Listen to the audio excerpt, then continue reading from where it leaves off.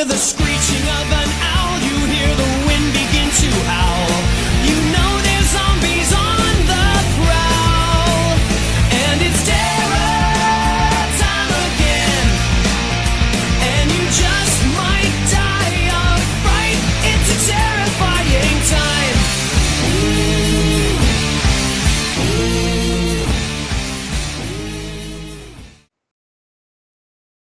Hello, ladies and gentlemen, and welcome to the Wrestling with Nostalgia podcast. And as the song says, it is terror time again. We are in the middle of this spooky season. And today we have one heck of a good spooky review for you. Episodes of King of the Hill. Not as spooky as, well, your ex-girlfriend saying that you are the father. For our episode, we will go for one of the darkest episodes here from the King of the Hill series from Season 7, Pigmalion. Our episode begins with the Hills having dinner at Rattlesnakes. Peggy overhears a conversation going on between Luann and her shift lead, haven't we all, and gets involved.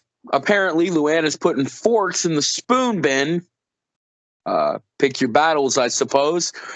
Peggy, being Peggy, interjects because, of course she does. Peggy's the worst. Upon interjecting, Peggy proceeds to force Luann to quit her job when the assist shift manager said she wasn't even going to fire her. Back at the Hill's house, you see Peggy Hill signing up for a seminar for Luann, right, at Larson's Pork Products. Luann's standing there soaking right here, wondering, why are you trying to run the aspects of my life where you know I can make my own decisions? As Peggy Hill replies, would you like to go at 7 or at 9? 7. I'm sorry, that won't work for me. Peggy and Luann attend at the Lawson's Pork Product Seminar, however you wish to call it, a lecture. But during the seminar, Mr. Tripp Lawson himself spots Luann from a distance. You see the love twinkle in his eyes as soon as he spots her, like love at true sight. During the same time, like, Luann's really asking Peggy, what's a food product? After the lecture, himself, Tripp Larson, introduces himself to Luann, asking her about pork and pork product related items, and offering her a job to come work for him by giving her an interview at his private domain.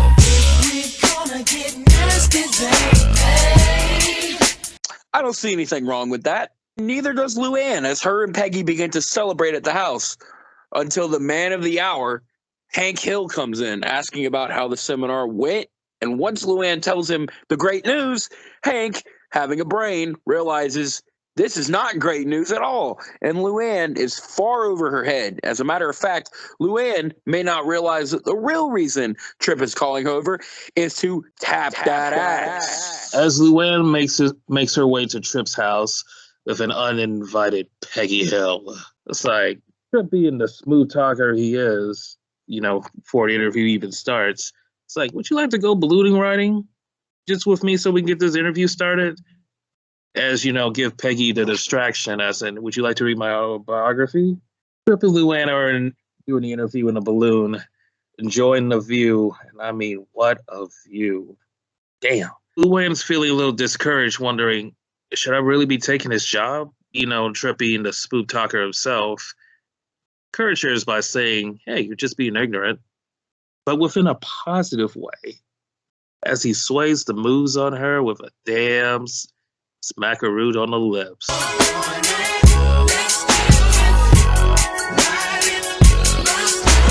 Coming home after the interview, Luann seems overjoyed while Peggy seems annoyed, as she was wishing she was kissing Tripp in that hot air balloon. Luann manages to tell Hank how it went and, well, revealing that she, in fact, did exactly what she said she wouldn't do and what he asked her not to do. Fall for the game of Captain Creepo. Annoyed not only by that, but also by her braids, Hank realizes it's time to go have a chat with Captain Pedophile. You see Tripp here, getting this game on with some tennis in the morning, trying to get those juices flowing. So guess who comes into the neighborhood? It's like, would you like some brown Betty? You know how Tripp is, being a smooth talker, getting out of the situation, You know she wants to talk about Luann, but instead, being calm and junk, it's like, Hank, you want to watch some football with some football bloopers, brother? Speaking of propane, he actually tasks him. Would you also like to go ballooning? It's actually powered by propane. He argues with Trip on the ground, Trip letting her know, listen, it's my way or the highway, home skillet, or I'll just kill your husband, before yanking on the hot air balloon cord and almost sending Hank plummeting to his death. Peggy, still not trusting of Trip after he, almost killed her husband, seems even more annoyed than ever and relents again to Luann that either she break it off with Trip or Peggy will break it off for her. Luann, discouraged by this, turns a cheek on Peggy when there is a knock at the door, and it's a beheaded fat-ass pig. Wow, I am down for some pork chops and bacon. Peggy, actually being smart at this, realizes this isn't a gift, but a threat. Threat detected. Threat numero uno.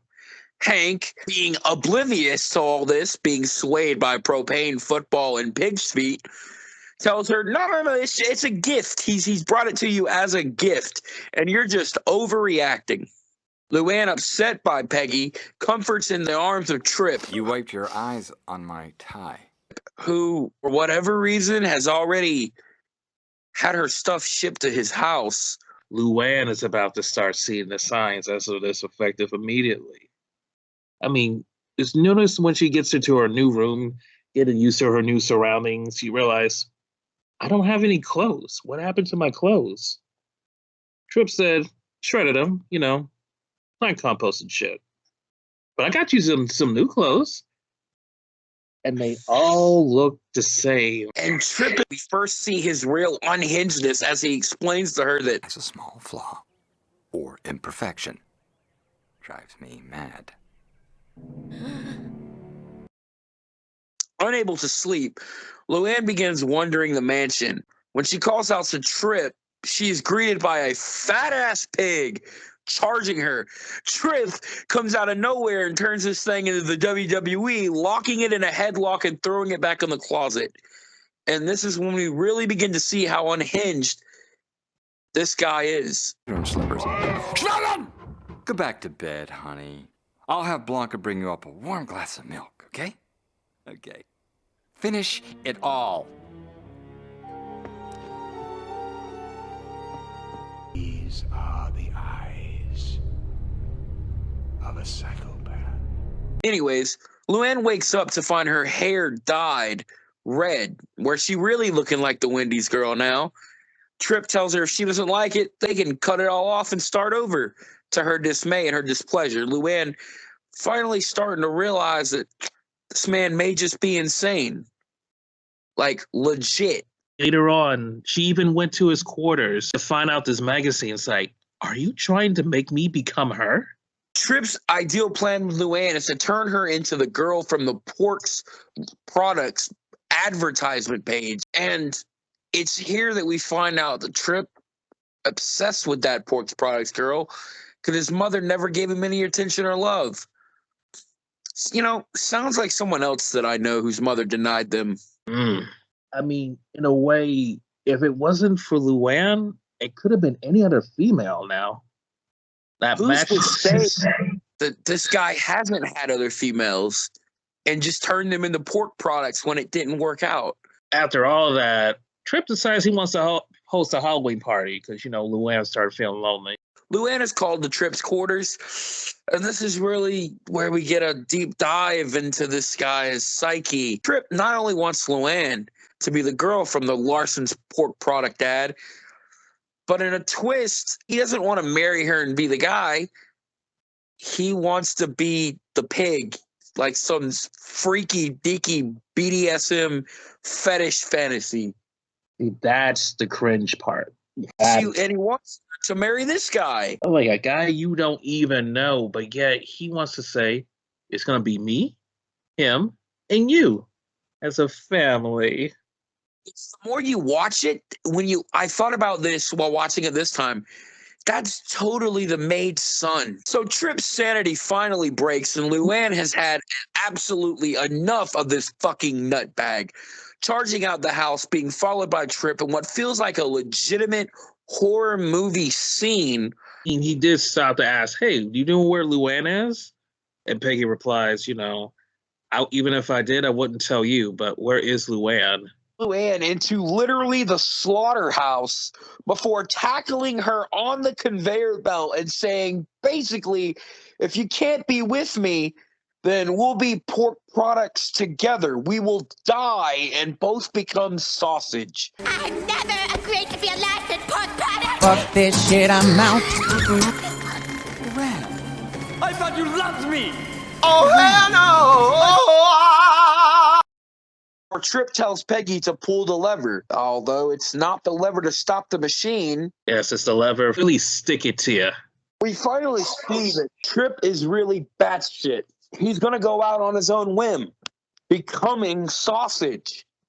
Before that can happen, he's treated to a good old dose of shock therapy before sadly being cured of his schizophrenia, only it's too late for him. It's all good. He's in that pork sausage in the sky. Well, Trip is dead. Luann became her own woman. And, cost of an actual life.